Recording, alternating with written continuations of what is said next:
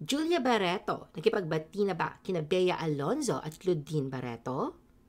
Punong-puno ng bituin at highlights ang surprise tribute party sa star builder na si Johnny Manahan o Mr. M na ginanap noong March 16, 2024. Dumalo sa okasyon ang maraming bituin kabilang ang mga luma at bagong artista mula sa ABS-CBN.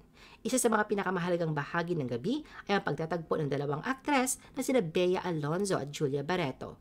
Sa isang video na kumakalat ngayon sa social media, makikita ang dalawa na nagbeso at tila masayang nag-uusap. Ito ang unang pagkakataon na nakita ang dalawa na nagkaroon ng ganitong interaksyon sa isang pampublikong okasyon. Kaya't maraming netizens ang nagtatanong, ito na ba ang senyales na tuluyan ng naayos ang relasyon ng dalawa? Matatandaan na nasangkot sa malaking kontrobersya sina Bea at Julia dahil sa kanilang ugnayan sa aktor na si Gerald Anderson.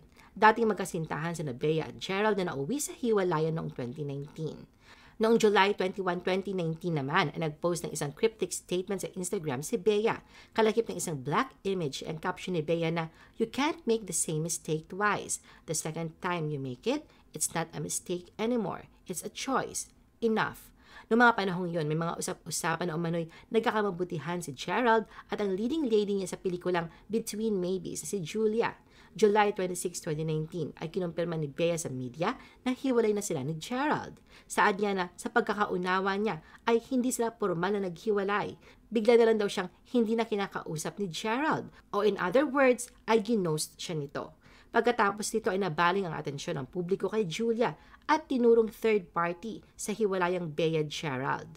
Noong August 2019, ipinahayag ni Julia ang kanyang nararamdaman sa social media at hiniwalay ang kanyang sarili mula sa issue ng dalawa.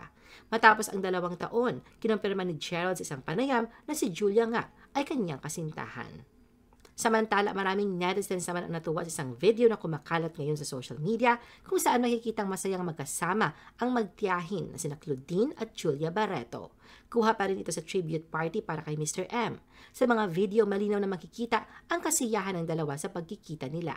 Isa sa mga video ay makikitang magkayakap ang dalawa habang ngumingiti at napapaligiran ng iba pang mga kilalang personalidad.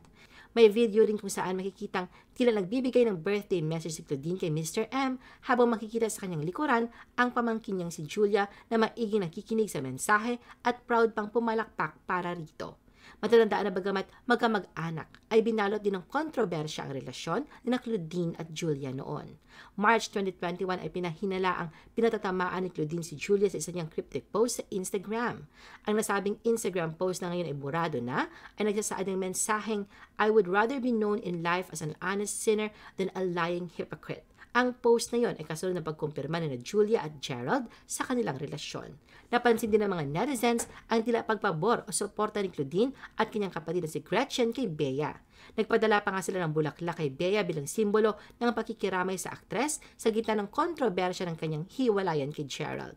Noong panahong iyon, may gap sa relasyon ni Claudine at Gretchen sa kanilang kapatid na si Marjorie Barreto, ang ina ni Julia. I-post ang inyong comments at reaction sa baba. At huwag kalimutan na i-like at i-share ang video na ito.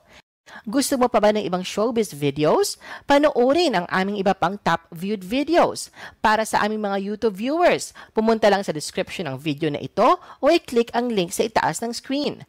Para naman sa mga Facebook viewers, ay maaari ninyong hanapin ang mga link sa comment section ng video. I-follow nyo din kami sa Facebook at mag-subscribe sa aming YouTube channel. Thanks for watching!